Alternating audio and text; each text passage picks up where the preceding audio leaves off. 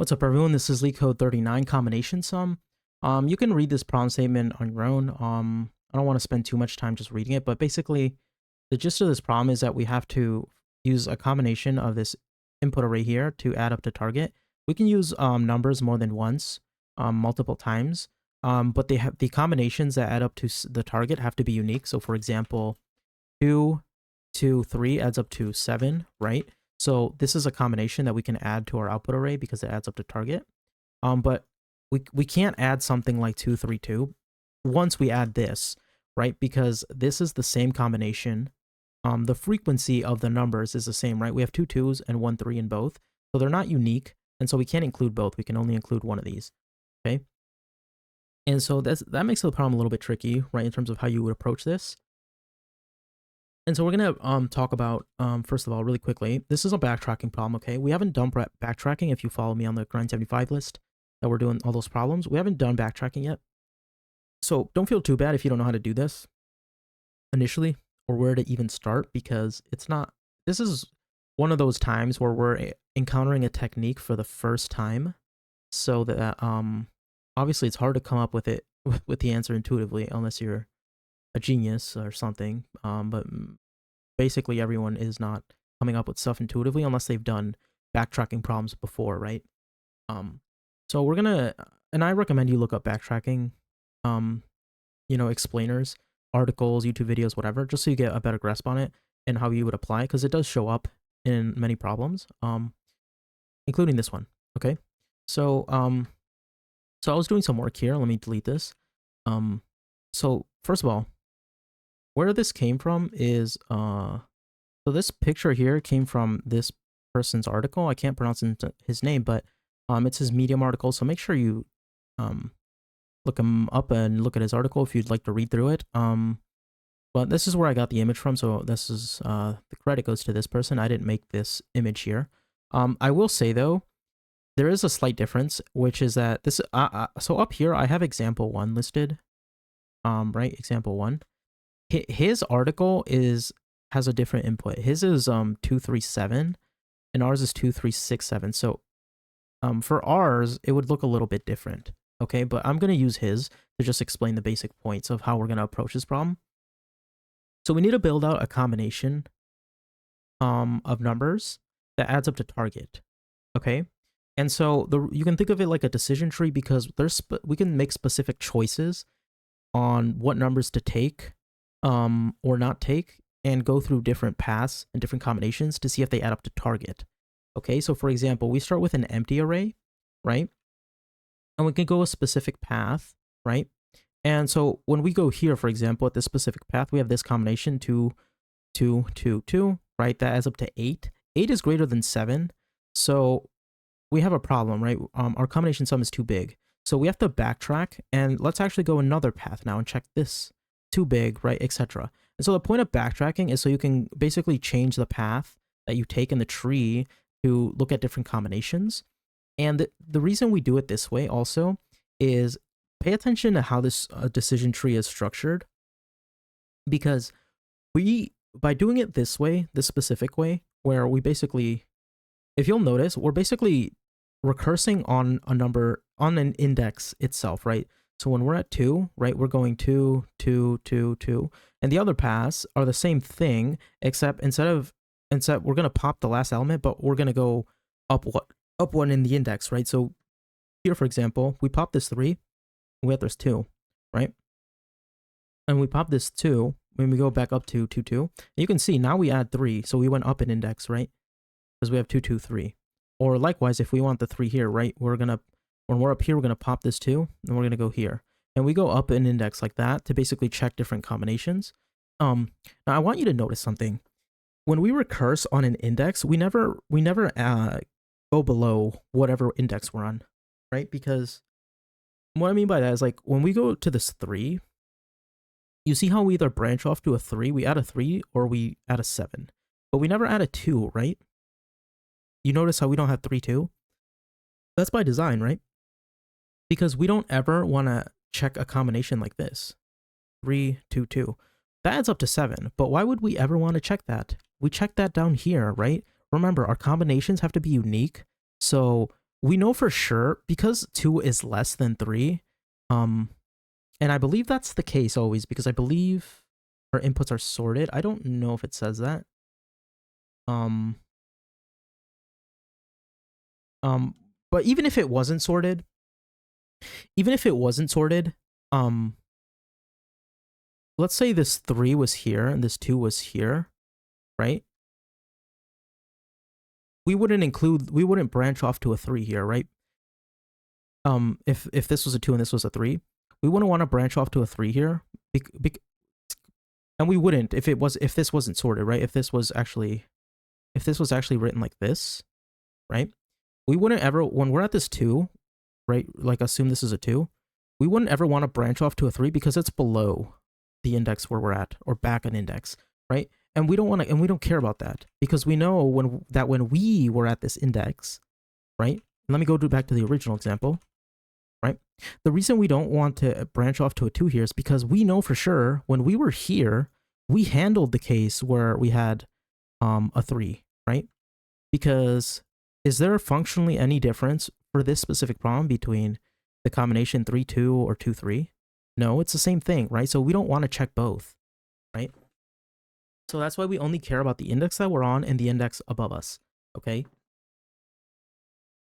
This is not a tree problem, but I think this image is good because it kind of helps you understand that we're going to basically approach this problem in terms of decision, kind of like a DFS on a tree, right?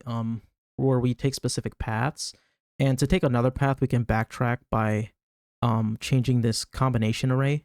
And basically, if the combination array sums up to target, we can add it into our answer array, right? And our answer array really is a list of combinations that add up to 7. Okay?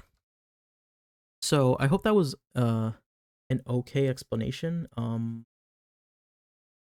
I just don't want to make the explanation too long. Don't want to make this video too long, but so let's create our answer array. Let's return it down here, right? And let's make a function called BT, which stands for backtracking. And this is going to take an index, a combination array, and a remaining. So let me explain that really quick. So the reason I have a remain over here, by the way, is because the way we're going to do this is we're not going to build out these combinations and then add them up and see if they equal to target. We're basically going to know if we add up to target as we go. What I mean by that is basically initially remain, when we're first starting off initially, remain is initially going to be set to target, right? And when we add something, right? When we add something to the combination array, we're basically going to subtract that from remain, right? The reason we do that is because as we do that, right, at some point, we're going to have remain equals to 0. And that's how we know that we have a certain combination that adds up to target, right? Because we're subtracting what we're adding from remain. And it should make sense, right? If remain initially is target, and when we add stuff, we subtract that from remain. When that's equal to 0, it means that our combination sum should add up to target. And I want to point something out, right? We basically stop recursing when this is too big because we go up the call stack, right? So when we go to 2, that's 4, that's less than target. But when we go here to this 7, for example, or this, well, this is a specific case also, where if it's equal to target, we basically go up because we don't want to add any more numbers. But let's say it doesn't add up to something, it's too big. In that case, also, we don't want to keep going because it's too big, right? You can think of kind of our base cases as a few things. They're not base cases, but kind of our decisions, which is either our current combination so far is less than target, in which case we want to keep recursing and adding numbers, or it's equal to target, meaning a case like right here, in which case we want to put this into the answer array. I didn't explain that, so if you don't understand what we're doing, we're building out these combination arrays. That's what these are. These are combination arrays. And when they add up to target, we append this array to another array called the answer array, which is going to be what our output is, the answer array. So this array here gets put into our answer array. Okay. So we basically have 3 cases. I'm going to write this out explicitly so you basically understand, right? Which is that we either have a case where we have some combination sum that is less than the target, in which case we want to basically keep recursing, right? or it's equal to the target, in which case we want to basically, if it's equal to the target, we want to take this, put it into the answer array, and then we can return. Okay. Now, if it's too big, what we're actually going to do is we're just going to go up the call stack, right? Because that would be an error, right? So you can think of it kind of like that.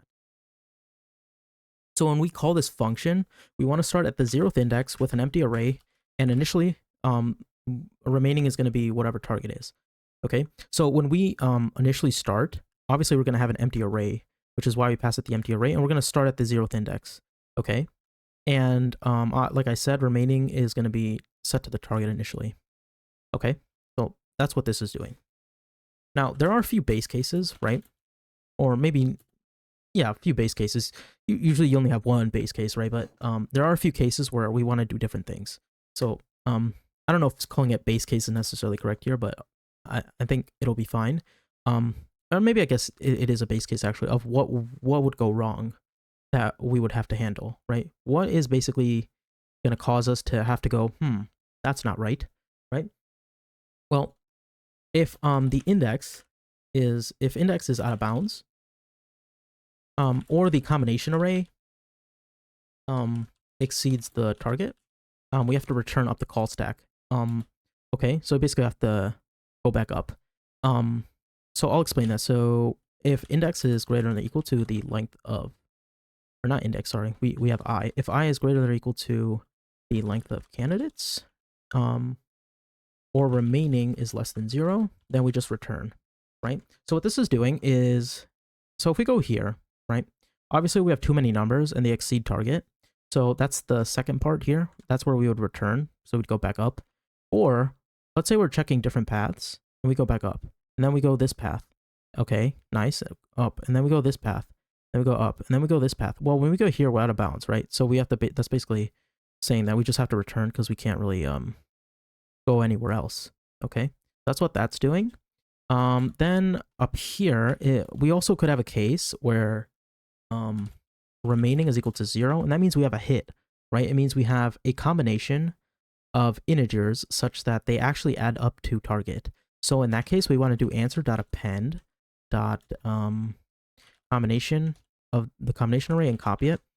And I'm not going to spend too much time on this because it is language specific, but in Python we have to copy it because if we pass it like this, I believe we're adding, don't quote me on this, you might have to look it up yourself, but I believe if we do this, we're not actually passing it the contents of combination array into answer, we're passing like a reference to the object. And so we'd get the, we run into problems, so we don't want to do that. Whereas in C++, you don't have to actually copy it. It actually copies the contents just fine if you push back combination array into answer, but Python's a little different.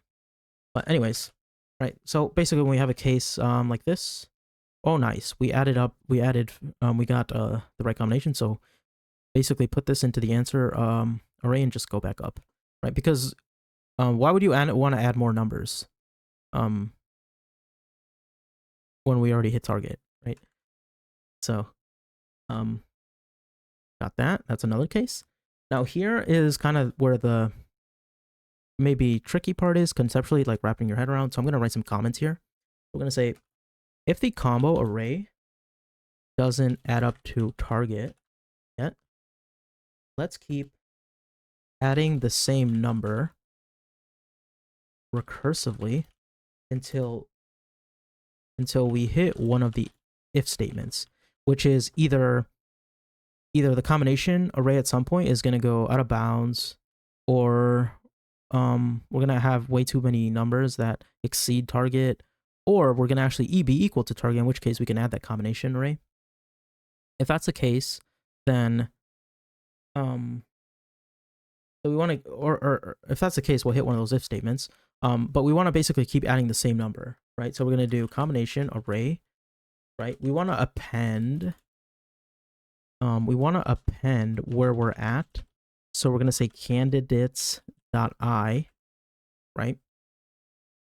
Because what we're doing essentially is we're at the 0th index. So let's add 2 to the combination array. Okay, now the combination's right there, right? And then that's where we check everything. And then let's add the same element, right? That's basically what we're doing. Okay. So we want to add the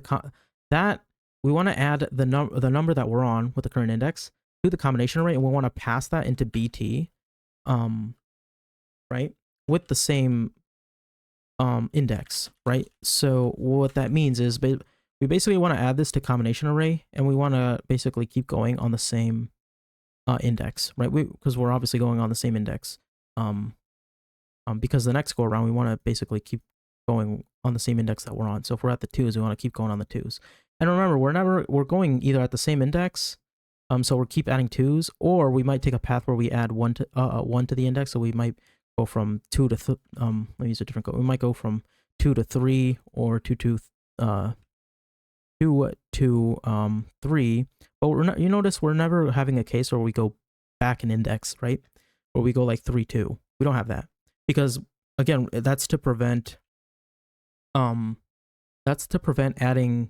a unique combination a second time, because we're not allowed to do that. And again, remember, this input is slightly different. His example that I took this from doesn't have this 6. So it technically there is like a path like 3, 6, 3, 6, 7, etc. Well, actually no, there wouldn't be 3, 6, 7, because 3 plus 6 is greater than 7, so you actually don't have 3, 6, 7, but you would have something like 3, 6. Okay.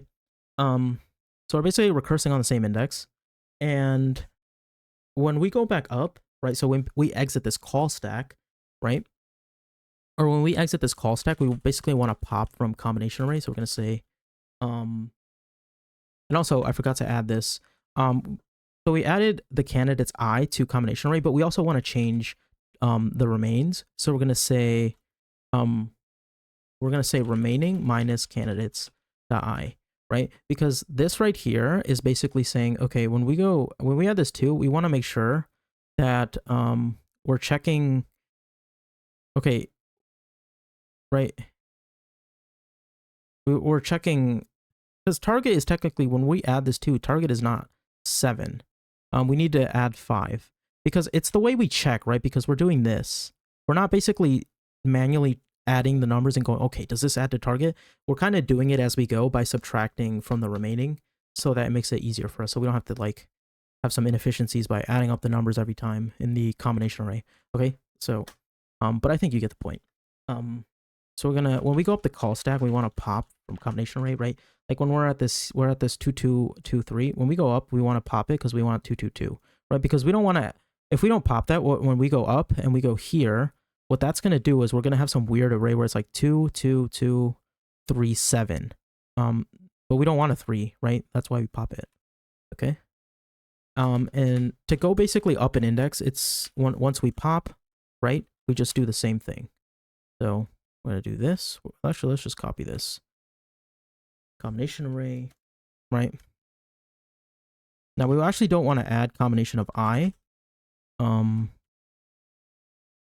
because we're not actually adding it to the combination array at that point. So we actually wouldn't want to change remaining, right? Because we popped it, right? So why would we want to change this? Okay. So I hope this makes sense. To you. That's basically it. We're basically going down a path, and then my LeetCode's being slow. Give me a second. I don't think I have an infinite loop. I think LeetCode is just slow. But we're basically going up the path, or we're going along a specific path, and we have some conditions that basically make us backtrack. And when we backtrack and stuff, like we need to handle the combination array and basically maintain it as we go, right? And maintain what remaining is, so that we know if we have some combination sum that actually adds up to target. I hope that makes sense, especially with the images. Like I said, this problem is a little bit tricky if you're doing backtracking for the first time, so definitely come back to it. You know, I'm not really an expert at backtracking. I'm somewhat new to it as well, so I hope my explanation was good enough. There are a lot of good resources on this problem if you're still confused. Maybe someone else can explain it in a way where for you personally at work, you can understand it better. But yeah, I hope this helped. And I will see you in the next one. I don't think there's anything I have to say.